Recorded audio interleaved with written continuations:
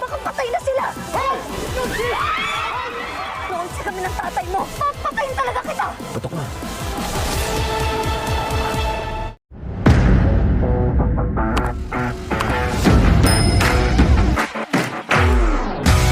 Dahil sa inis ni Tanggol kay Chairman, napilitan siyang umalis ng Quiapo at ipinag-utos na lamang kay Madonna ang pagpapatuloy ng pamimigay ng pera.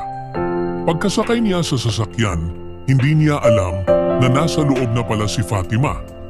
Bigla siyang tinutukan nito ng kutsilyo sa leeg at tinakot na ibigay ang malaking halaga kapalit ng pagpapalaya kay Maki. Tahimik lang si Tanggol at sinabing, "Hindi mo alam kung sino ang binabangga mo." Hindi na tinag si Fatima sa babala. Inutusan niya si Tanggol na magmaneho. Wala nang nagawa si Tanggol kundi sumunod. Habang nasa kalagitnaan ng biyahe, inutusan siya ni Fatima na huminto. Ngunit sinubukan pa rin siya ni Tanggol. Paano kung ayaw ko? Lalong nag-init ang ulo ni Fatima. Hinugot niya ang kanyang baril at tinutok kay Tanggol. Ngunit ayaw pa rin nitong huminto. Kaya pinalo ni Fatima si Tanggol gamit ang hawak niyang baril. Nawalan ng malay si Tanggol. Nakuha na ng pamilyang Benito si Tanggol. Agad na tinawagan ni Paeng si Ramon, ama ni Tanggol, at humingi ng ransom na 30 million kapalit ng kanyang buhay. Habang naghihintay ng sagot, sinubukan ni Fatima pakainin si Tanggol na nakatali pa rin. Tinanggihan ito ni Tanggol. Sinabi ni Fatima na gagawin niya ang lahat para lang mailigtas ang kanyang pamilya. Hindi mapakali ang mga Montenegro. Nangako si Don Julio na babayaran ang ransom. Galit na galit din si Ramon at sinabing babalikan niya ang mga gumawa nito. Nagplano si Enteng at ang grupo kung paano maisasalba si Tanggol.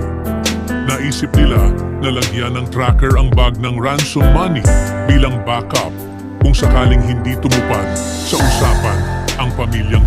Habang nagaganap ang transaksyon, pilit pinapakiusapan ni Tanggol si Fatima na tumigil na at umalis habang maaga pa. Pero binaliwala lang ito ni Fatima. Hinahanap na nila Enteng ang kinaroroonan ng grupo ni Paeng. Nang makuha na ang pera, sinubukan ni Paeng tumakas. Upang makalayo, ibinato niya ang bahagi ng pera sa kalsada para magdulot ng gulo sa mga tao. Nahirapan tuloy sina Enteng na habulin siya nang gigigil na si Fatima sa kaba. Tinakot niya si Tanggol at sinabing kapag may nangyaring masama sa kanyang ama, siya mismo ang puputok ng baril. Ngunit patuloy siyang binibira ni Tanggol at hinamon na kung kaya niya, gawin na niya. Samantala, tinawagan ni Marites si Ramon. Umiiyak ito at sinabing hindi na niya kaya ang paulit-ulit na pang-aabuso ni Rigor. Agad nagdesisyon si Ramon na puntahan ito. Nilakasan ni Marites ang kanyang loob at tumakas sa bintana. Nakita ito ni David at sinubukang habulin. Sa pagdating ni Ramon sa Quiapo, napansin niya si David na tumatakbo. Agad niya itong hinabol. Nagkaroon ng habulan habang nagpaputukan pa sa magkabilang panig. Sa gitna ng kaguluhan, sinubukan ni Marites na pigilan si Ramon. Ngunit hindi ito nagpatinag. Patuloy pa rin ang barilan habang patuloy ang habulan. Walang madaanan si David, kaya natrap ito sa isang makitid na daan. Naabutan siya ni Ramon at agad siyang sinugod. Walang pagdadalawang isip, ginulpi niya si David hanggang sa mawalan ito ng lakas.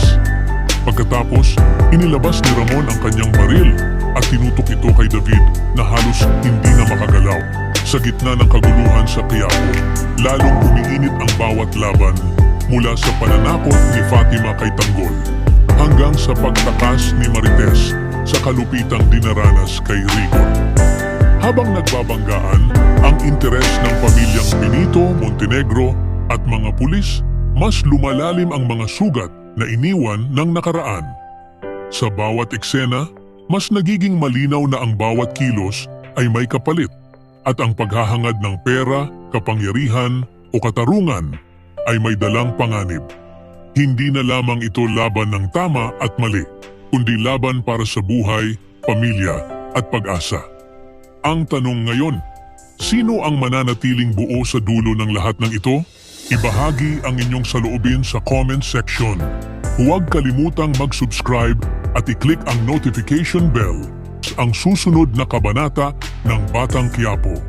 Maraming salamat sa panunood.